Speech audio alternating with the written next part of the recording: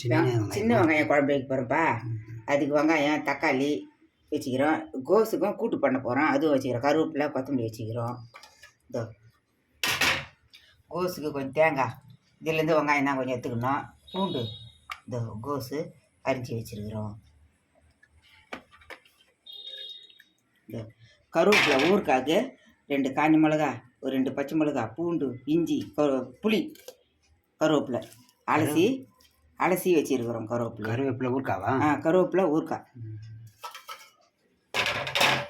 இது பாரு குழம்புக்கு வெங்காயம் சின்ன வெங்காயத்துக்கு குழம்புக்கு வச்சுருக்குறோம். இது கோஸு கூட்டுக்கு வச்சுருக்குறோம். கடலைப்பருப்பு சிறுபருப்பு போட்டிருக்குறோம்.